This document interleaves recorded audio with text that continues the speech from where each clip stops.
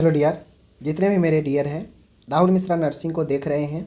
आज से आपका कॉन्सेप्ट प्लस थ्योरी, ठीक है। कॉन्सेप्ट प्लस में थ्योरी का सुबह जो है आपको डेली जो है 7 बजे वीडियो मिल जाएगा, ठीक है, जो कि स्टाफ नर्स के लिए होगा। किसके लिए होगा? स्टाफ नर्स के लिए। स्टाफ नर्स आपको पता है कि एप्लीकेशन शुरू है। साथ में अगर आप CHO के भी कैंडिडेट हैं, चूँकि दोनों बहाली साथ में आपका है, CHO का भी स्टार्ट नहीं हुआ है और स्टाफ नर्स का शुरू हो चुका है ऑनलाइन, ठीक है। बहुत ही अच्छे खासे पदों पर बहाली निकली है स्टाफ नर्स, साथ में CHO भी है।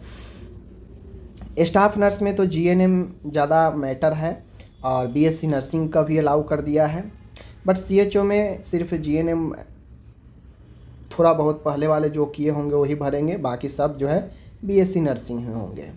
कुल मिला के कहा जाए, चाहे आप स्टाफ नर्स की तैयारी कर रहे हैं बिहार की या फिर आप CHO बिहार की तैयारी कर रहे हैं, दोनों कैंडिडेट हैं, देखेंगे तो आपको पता है कि आपके टेक्निकल फील्ड से CHO में जो है आपको 20 क्वेश्चन होगा, लेकिन 40 नंबर का होगा, ठीक है। और है सब 20-20 नंबर का, लेकिन ये 20 क्वेश्चन 40 नंबर का होगा। समझ लीजिए, समझ गए। चलिए, रही बात स्टाफ नर्स का सिलेबस दे चुका है, पूरे के पूरे जो है आपके नर्सिंग बैकग्राउंड से ही क्वेश्चन रहने वाला है, इधर उधर से कोई कंपटीशन का क्वेश्चन नहीं रहेगा। तो मैं अब डेली सुबह 7 बजे आपको जो है कंसेप्ट वाला थ्योरिकल टाइप से लाऊंगा, जहाँ पे आपको थ्योरी मजबूत होगा, कॉन्सेप्ट क्लियर होगा, और एक वीडियो प्रतिदिन शाम में आएगा जहाँ पे मिक्स सभी सब्जेक्ट का MCQ होगा। सुबह थ्योरी कॉन्सेप्ट मजबूत कीजिए, शाम में आपको वीडियो मिलेगा MCQ का, ठीक है। शाम में 7 बजे MCQ, सुबह में 7 बजे आपको मिलेंगे थ्योरिकल कॉन्सेप्ट का। दोनों चलता रहेगा कंटिन्यू, आप रेगुलर यहाँ से देखेंगे और एग्ज़ाम जाते जाते आप देख लेंगे कि आप बहुत ज़्यादा जो है अपने आप को प्रिपेयर कर चुके होंगे। लेकिन रेगुलर आपको क्लास अटेंड करना पड़ेगा। सुबह 7 बजे थ्योरिकल प्लस कॉन्सेप्ट के लिए जो ये अभी देख रहे हैं, शाम में 7 बजे जो चलेगा वो बिल्कुल आपके MCQ प्रैक्टिस के लिए होगा, ठीक है। चलिए, और मैं बता देता हूँ, मैं इधर उधर के वन लाइनर क्वेश्चन जो है नहीं करूँगा कि देखिए और जवाब दीजिए, वो सबको आता है। कॉन्सेप्ट वाला मजबूती वाला MCQ देखेंगे तो फ़ायदा करेगा, समझ गए। चलिए, डिटेल हो गया क्लास का।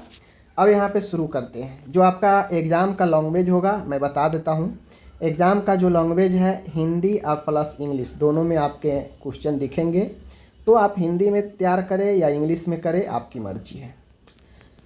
आज मैं जो लेकर आया हूँ बायो साइंस, आपको पता है स्टाफ नर्स का GNM बेस्ड सिलेबस है, तो बायो साइंस आपको एनाटॉमी, फिजियोलॉजी को और माइक्रोबायोलॉजी को बेस करता है, ठीक है ना। तो आज का यह हम यहाँ पे देखेंगे जो भी कॉन्सेप्ट थ्योरी होगा एनाटॉमी और माइक्रोबायोलॉजी, फिजियोलॉजी से, समझ रहे हैं। कहता है त्वचा बॉडी का हरफनमौला अंग है। हरफनमौला अंग का मतलब होता है कि स्किन बॉडी का सबसे बड़ा ऑर्गन है, ठीक है, सबसे बड़ा अंग है। ओके, चलिए, अंकुरन या मैल पीढ़ी स्तर, जिसे हम लोग एस्ट्रेटम जर्मिनेटियम कहते हैं, ठीक है ना। आपसे एग्जाम में पूछ सकता है कि एस्ट्रेटियम जर्मिनेटिवम जो है स्किन के किस लेयर में पाए जाते हैं। तो ये जो एस्ट्रेटिनम जो जर्मिनेटियम है यह एपिडर्मिस के सबसे भीतरी परत होती है, समझ गए। आप पढ़े हैं एपिडर्मिस और डर्मिस, स्किन के लेयर में पढ़े हैं ना। तो ये जो एस्ट्रेटम जर्मिनेटिवम जो है यह एपिडर्मिस के सबसे निचली लेयर है, ठीक है। आगे मैं बढ़ता हूँ, तो जो आपका एस्ट्रेटम कॉर्नियम है, जिसे किन अस्तर कहते हैं, इसी को हम लोग एस्ट्रेटियम कॉर्नियम कहते हैं। यह एपिडर्मिस के सबसे बाहरी परत है। तो अभी हम लोग पढ़े हैं एस्ट्रेटियम जर्मिनेटियम जो है एपिडर्मिस का सबसे भीतरी परत है, जबकि अभी हम लोग पढ़े एस्ट्रेटम कॉर्नियम यह सबसे आउटर परत है। किसकी? एपिडर्मिस की, ध्यान रखिएगा, ठीक है। चलिए, चौथा क्वेश्चन है, पदार्थों का अपनी हाई कॉन्सेंट्रेशन से लो कॉन्सेंट्रेशन की ओर मूवमेंट करना डिफ्यूजन यानी विसरण कहलाता है। आप लोग पढ़े होंगे विसरण परासरण, ठीक है, विसरण परासरण पढ़े हैं ना। तो उसी में अगर पदार्थ कोई मटेरियल है वह अपने उच्च सांद्रता से निम्न सांद्रता की ओर अगर वो मूवमेंट कर रहा है तो उसे हम लोग विसरण कहते हैं। ओके, चलिए ये सब कॉन्सेप्ट है, थ्योरी क्लियर करेगा। ईसोफेगस ग्रासिका, ईसोफेगस जो होता है डाइजेस्टिव का पार्ट है जिसमें किसी भी प्रकार का डाइजेशन नहीं होता है। जैसे हम लोग भोजन निकलते हैं तो जो मुंह होता है तो भोजन को कुछ टुकड़े को तोड़ देते हैं मुंह में ही, ठीक है, तो हल्का सा डाइजेशन वहाँ भी होता है।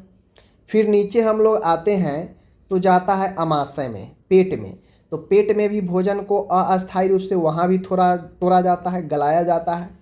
फिर उसके बाद भोजन वहाँ से निकल के जाता है छोटी आंत में, छोटी आंत में भी हल्का सा पाचन की क्रिया होती है। फिर वहाँ से निकल के बड़ी आंत में जाता है और अवशोषण होकर वहाँ से मल त्याग देता है आदमी, ठीक है। तो कुल मिला के सब पार्ट में थोड़ा न थोड़ा जो है डाइजेस्टिव का काम होता है, डाइजेशन का। बट एसोफेगस ग्रासिका एक ऐसा पार्ट है पाचन तंत्र का कि इसमें कोई पाचन की जो प्रोसेस होती है वो नहीं होता है, यानी डाइजेशन इसमें नहीं होता है, ठीक है। चलिए आगे मैं बढ़ता हूँ। ईसोफेगस आहार नाल में ग्रसनी या फेरिंग्स एवं अमाशय के मध्य पाई जाने वाली स्ट्रक्चर है। अब हो सकता है आपसे एग्जाम में एक क्वेश्चन पूछ दे कि भाई बताओ ईसोफेगस जो है यह कहाँ पे पाया जाता है। तो देखिए एक होता है आहार नाल में ग्रसनी, फेरिंग्स, ठीक है, फेरिंग्स हो गया, और नीचे आपका हो जाता है अमाशय यानी पेट का भाग, और इन दोनों के बीच में एक स्ट्रक्चर पाया जाता है जिसे हम लोग ईसोफेगस कहते हैं, ठीक है। चलिए आगे है कार्डियक वाल्व।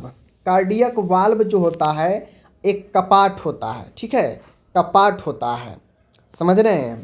कार्डियक वाल्व जो है ईसोफेगस एवं अमाशय के जंक्शन पॉइंट पर पाया जाता है। यानी जो कार्डियक वाल्व होता है यह ईसोफेगस एवं अमाशय के जंक्शन पॉइंट के मतलब समझ रहे हैं कि जहाँ पे चौराहा जंक्शन मतलब क्या होता है, चौराहा, जहाँ पे आकर सब मिलता है। तो कार्डियक वाल्व जो होता है ईसोफेगस और अमाशय के जो जंक्शन पॉइंट है वही आसपास में पाया जाता है, समझ लीजिए।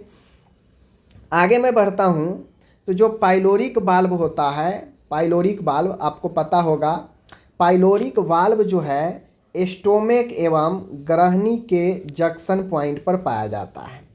अब आपको एक चीज़ समझना पड़ेगा कि जैसे ये हमारा अमाशय हो गया, ठीक है, ये अमाशय है, और इधर आपका छोटी आंत शुरू हो गया। छोटी आंत के सबसे फर्स्ट पार्ट ड्यूडेनम ग्रहणी होता है, ग्रहणी, ठीक है। तो ये आपका हो गया छोटी आंत। यहाँ छोटी आंत के फर्स्ट पार्ट जो होता है ड्यूडेनम होता है जो आपके अमाशय से लगा होता है। तो जो ये अमाशय का लास्ट पॉइंट है और छोटी आंत के फर्स्ट पॉइंट जो ड्यूडेनम होता है और इसके बीच जो जंक्शन होता है, इसी जंक्शन पॉइंट को हम पाइलोरिक वाल्व कहते हैं।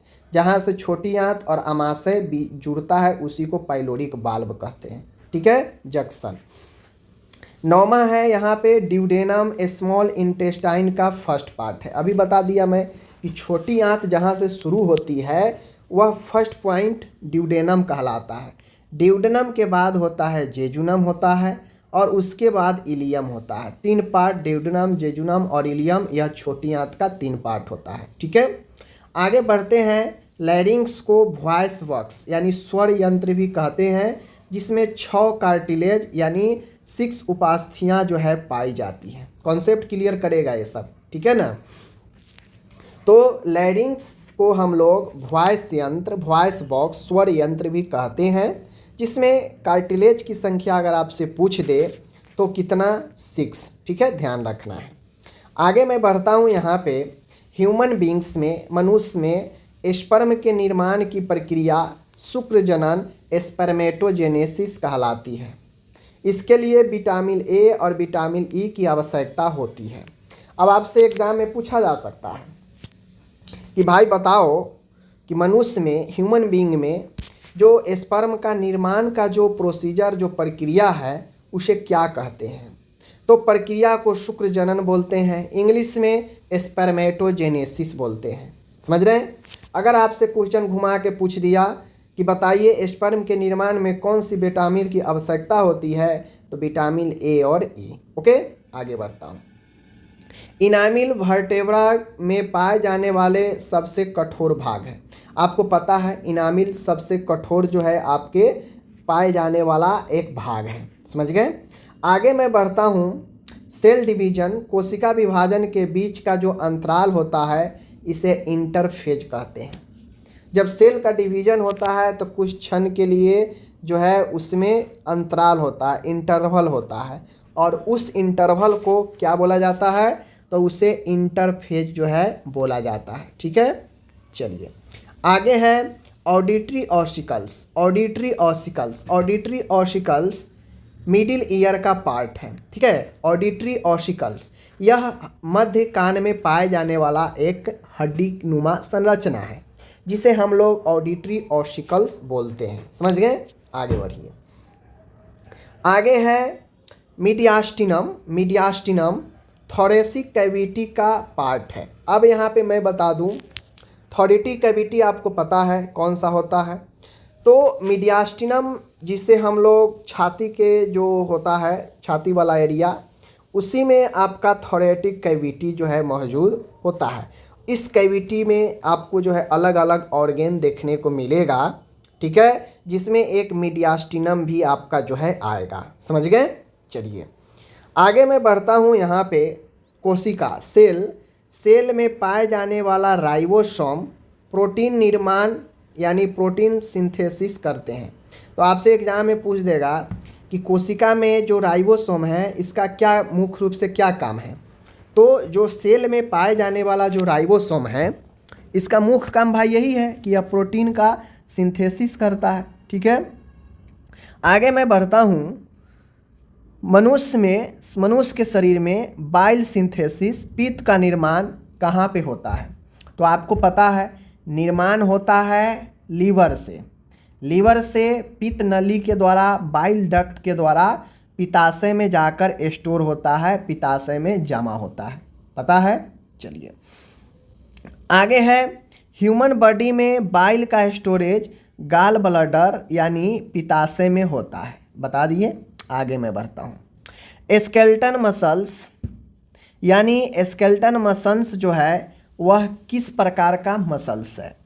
तो स्केलेटन मसल्स स्ट्रिएट यानी रेखित और ऐच्छिक वॉलेंट्री प्रकार की मसल्स होती है। तो आपसे एग्जाम में पूछा जा सकता है कि इनमें से कौन सा जो है ऐच्छिक मांसपेशी है? उसमें एक ऑप्शन आपका रहेगा स्केलेटन मसल्स। तो आप पढ़े हैं कि भाई स्केलेटन मसल्स अपना रेखित और ऐच्छिक पेशी है, मार दीजिएगा, सही हो जाएगा। आगे मैं बढ़ता हूँ। एसे नोड को हृदय का पेसमेकर भी कहा जाता है। पेसमेकर ऑफ हार्ट, हार्ट का पेसमेकर एसे नोड को कहा जाता है। समझ रहे हैं? आगे मैं बढ़ता हूँ। 21 है, यदि एसे नोड इम्पल्स इरिगनेट नहीं कर पाती है तो एवी नोड द्वितीयक पेसमेकर की तरह काम करता है। बेसिकली यह नोड का काम होता है कि हमारे हार्ट में करंट पैदा करना यानी धड़कन पैदा करना। धड़कन पैदा होगा तभी तो पंप हार्ट जो है पंप कर पाएगा ब्लड को। अगर हार्ट सुस्त पड़ेगा तो ब्लड को पंप कर पाएगा? नहीं कर पाएगा। तो ऐसे नोड बेसिकली एक इलेक्ट्रिक सिग्नल भेजता है। समझ गए? एक इलेक्ट्रिकल झटका मारता है हार्ट को ताकि हार्ट गति में रहे, हार्ट जो है चालू रहे, ब्लड को ओपन जो है फेंक सके, पंप कर सके। तो जब ऐसे नोड जो होता है वह इम्पल्स आवेग नहीं भर पाता है हार्ट को, तो एवी नोड द्वितीयक पेसमेकर के रूप में काम करता है। ठीक है, आगे मैं बढ़ता हूँ। रेटिना आई की इनर मोस्ट लेयर होती है। रेटिना जो है आँख की सबसे भीतरी जो है लेयर है। एग्जाम में ऐसा ही क्वेश्चन पूछता है, बाहरी, मध्यम और आंतरिक। तो अगर आँख की बात आएगी, सबसे मोस्ट इनर लेयर पूछेगा तो रेटिना याद रखना है।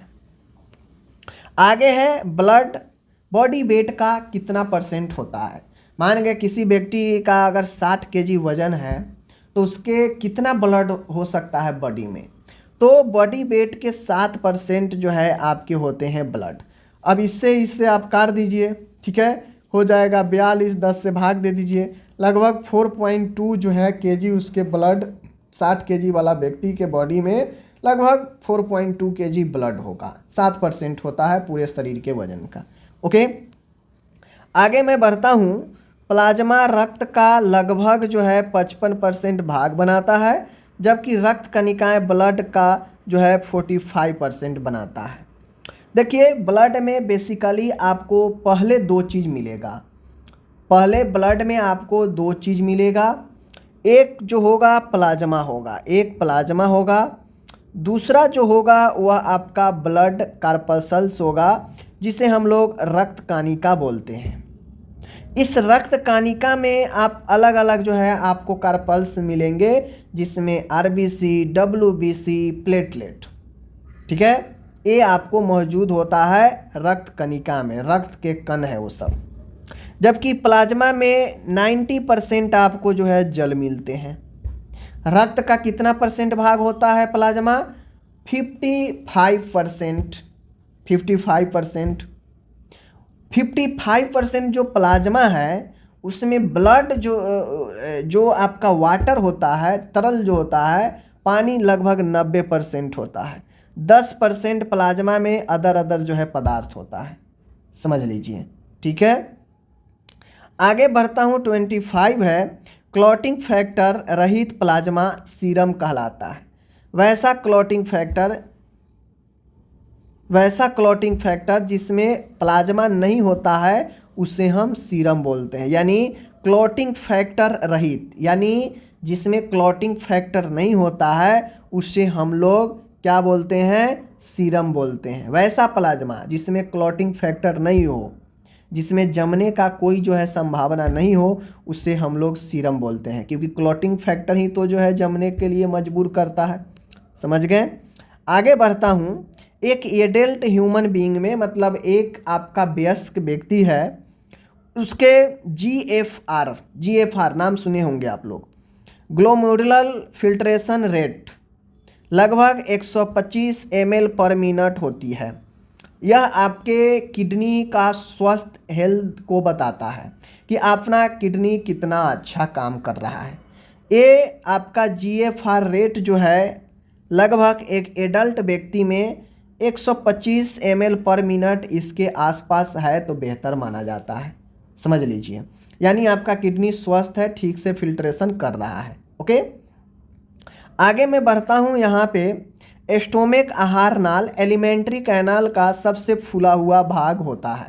तो जो एस्टोमिक होता है आहार नाल में, आप जाएंगे नीचे जितने भी पाचन तंत्र है उसमें सबसे फूला हुआ भाग आपको अमाशय ही मिलेगा। आंत भी ज़्यादा फूला हुआ नहीं है, नली के समान है। जो भोजन की नली ऊपर में है अमाशय से, वह भी जो है नली के समान है, फूला हुआ है नहीं। लेकिन जो आपका पेट अमाशय है वह एक फूला हुआ भाग है, ठीक है, जिसका शेप जो है जे शेप में होता है, ठीक है। आगे बढ़िए। आगे है यहाँ पे देखिए, लाल रुधिर कणिका यानी आरबीसी का डायमीटर लगभग कितना होता है? आपसे एग्जाम में पूछा जा सकता है, आरबीसी का डायमीटर बताइए कितना होता है। तो आरबीसी का डायमीटर के बात हम लोग करेंगे तो लगभग जो है 7 माइक्रोन होता है। माइक्रोन यह इतना सूक्ष्म होता है जो आप नग्न आंखों से नहीं देख सकते हैं, सीधी बात है।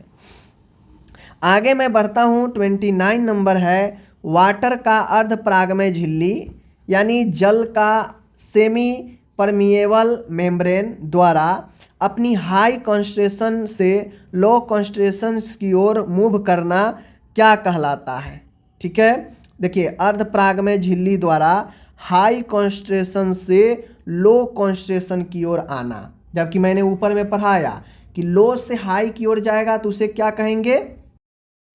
यहाँ पे है लीवर उदर गुहा एब्डोमिनल कैविटी में राइट साइड में स्थित होता है। देखिए आपका जो एब्डोमिनल कैविटी होता है, पेट अमाशय वाला पेट वाला जो एरिया है जिसे एब्डोमिनल कैविटी कहते हैं, इसमें आपका एब्डोमिनल कैविटी में लीवर, पैंक्रियाज, ठीक है, गाल ब्लैडर, बहुत सारे जो भी ऑर्गेन हैं आपके पूरे आमाशय एरिया में वो एब्डोमिनल कैविटी में है, ठीक है ना। तो लीवर एब्डोमिनल कैविटी के किस साइड है, आपके पेट के किस साइड है लीवर, तो राइट साइड है, आपको पता होनी चाहिए। आगे है, ह्यूमन बॉडी में एब्डोमिनल कैविटी में 2 किडनी पाई जाती है जो कि सेम के बीज के जैसी होती है। एब्डोमिनल कैविटी में ही आपका 2 किडनी जो है आपके होते हैं, ठीक है। 2 किडनी जो है पाए जाते हैं जिसे यूरेटर निकलते हैं और मूत्र नली जो वेस्ट मटेरियल को शरीर से बाहर निकालता है, ठीक है।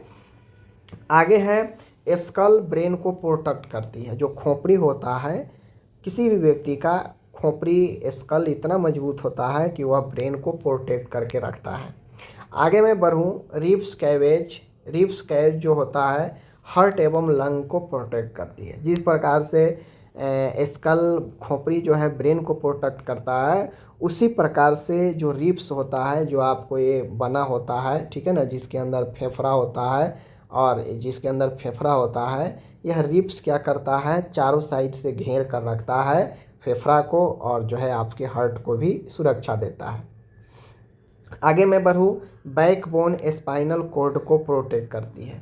जो पीछे वाला हमारा बैकबोन है, पीछे की हड्डी है, यह स्पाइनल कॉर्ड मेरुरज्जु को प्रोटेक्ट करती है। इसी प्रकार से आगे है, आई को आई सॉकेट प्रोटेक्ट करती है।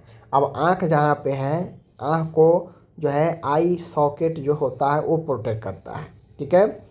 नेक एवं स्केल बोन के बीच पाइवट ज्वाइंट पाई जाती है। जो गर्दन और जो खोपड़ी स्कल है उसके हड्डियों के बीच जो पाया जाने वाला ज्वाइंट है वो पाइवट ज्वाइंट है, ओके। आगे है 37, न्यूरॉन विभाजित नहीं होता है। न्यूरॉन क्या होता है, सबसे पहले समझिए, जिस प्रकार से हमारे संपूर्ण बॉडी जो है सेल से मिलकर, कोशिका से मिलकर बना है, उसी प्रकार से न्यूरॉन जो है हमारे ब्रेन की सेल है, ब्रेन की कोशिका है, ठीक है। तो न्यूरॉन जो है यह विभाजित नहीं होती है, समझ रहे हैं। 38 है, आरबीएस के निर्माण की प्रक्रिया एरिथ्रोपोएसिस कहलाती है। क्या कहलाती है, एरिथ्रोपोएसिस कहलाती है, ठीक है। आगे मैं बढ़ूँ तो यहाँ पे है, देख लीजिए, आरबीसी का निर्माण जो है प्लुरिपोटेंट स्टेम सेल से होता है तथा इस प्रोसेस में लगभग 1 वीक का समय लग जाता है। यानी ब्लड का जो आरबीसी है उसका निर्माण किस सेल से होता है, पूछ सकता है, तो प्लुरिपोटेंट स्टेम सेल, इस सेल से आरबीसी का निर्माण होता है। लेकिन इस प्रोसेस में कितना समय लग जाता है, लगभग 1 सप्ताह का समय लग जाता है आपको आरबीसी का निर्माण होने में। तो माय डियर, यहाँ पे मैं आज क्वेश्चन आपको जितना हो सका मैंने लाया। हर एक सब्जेक्ट का, चाइल्ड हेल्थ का मिलेगा, साइकेट्री का मिलेगा, ठीक है, उसके बाद आपको कम्युनिटी का, फंडामेंटल का, हर एक प्रकार के आपको क्वेश्चन जो है मिलेंगे, ठीक है। आपका अगर चॉइस होगा कि नहीं पर्सनल सब्जेक्ट वाइज लाया जाए तो सब्जेक्ट वाइज भी यहाँ पे लाएंगे इसी प्रकार से। अगर आपका चॉइस होगा कि नहीं सभी सब्जेक्ट से जो है इस प्रकार के कॉन्सेप्ट लाइए तो हर एक सब्जेक्ट से लाएंगे। देखिए, जब तक आप थ्योरी, जब तक आपका बैक मजबूत नहीं होगा, आप एमसीक्यू के पढ़ाई से जॉब नहीं ले सकते हैं, ये हकीकत है, ठीक है। चलिए शेयर कीजिएगा, शाम में आपको मिलेगा एमसीक्यू जिसमें सभी तरह के मिक्स क्वेश्चन होंगे और आप देखिएगा कि आप कितना जवाब दे पाते हैं, समझ गए। तैयारी कर लीजिए, ज़्यादा समय आपको एग्ज़ाम के लिए नहीं मिलेगा, 2 से 2.5 महीना बहुत हो गया, इसी में आपको पढ़ना भी है, समझ गए। मिलते हैं अगले वीडियो में, धन्यवाद।